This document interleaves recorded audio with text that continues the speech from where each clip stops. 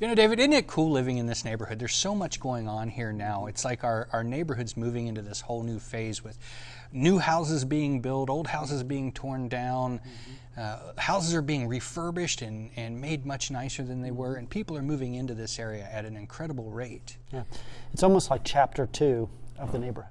Yeah, and as we look around at Campbell Community Church here, we recognize that there's some things that have to be done on our property. There's some absolutely important needs that we have. Yeah, over the last year, we have replaced 5 commercial air conditioning units. We've replaced 2 refrigerators. We've replaced the church signs out front, 2 water heaters. We've also replaced the office copier and printer, as well as a lot of the electrical inside the office itself. And we have other upgrades that have to be done. We've had the fire department come in and tell us that we have to upgrade our fire alarm system. We've had the Department of Health come in and tell us that we have to do some work replacing some sinks and some plumbing in the preschool. We've got carpet that needs to be replaced. Our parking lot is a huge issue right now because it's falling apart and needs to be replaced.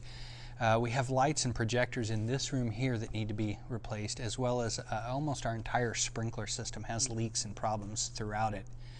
Now, financially, that's a lot to do, and we've got another challenge that's come out of that is, as we've come together as 2 congregations, we've had members that have moved on. We've had people that have moved to other states, and we've had a few members that have, moved on to be with Jesus as they've passed away.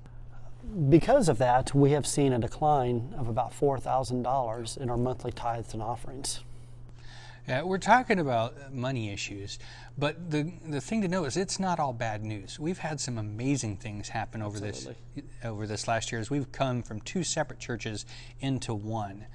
If I could, I'd like to share a story with you about what happened with our air conditioning units, the first 5 that have had to been replaced. They all went out over about a 2-month period, and it was going to cost us as a church about $30,000. And do you remember you and I stressing one day and thinking, where's this money going to come from? Because we didn't have the $30,000 in the bank account. And as we were talking to the mortgage company, they discovered that there was a $25,000 CD that had been pledged to the mortgage however many years ago. And they said, well, that's yours for the taking.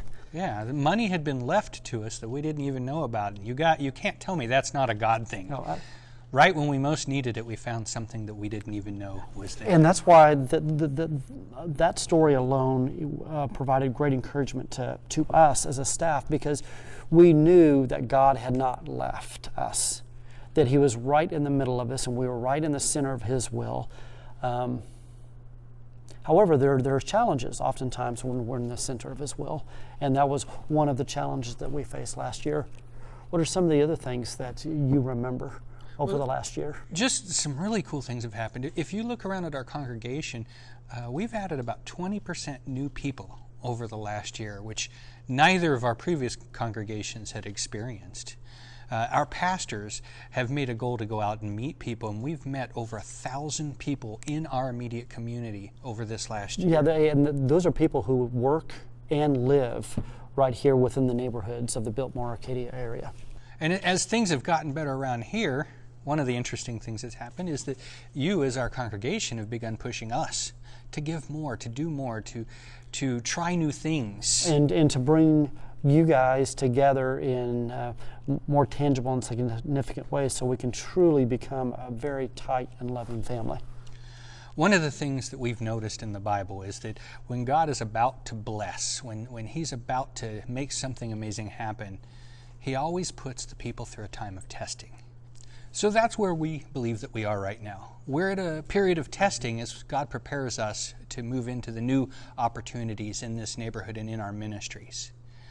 The elders and the pastors have run the numbers, and we've talked about what we need to make these things happen, and it's going to be approximately $50,000 over the next 12 months to take care of all of these needs. So that's where we all come in as a team and as a family. We have 3 things that we're asking of our congregation to do here. The first and foremost, most important of all, is to pray.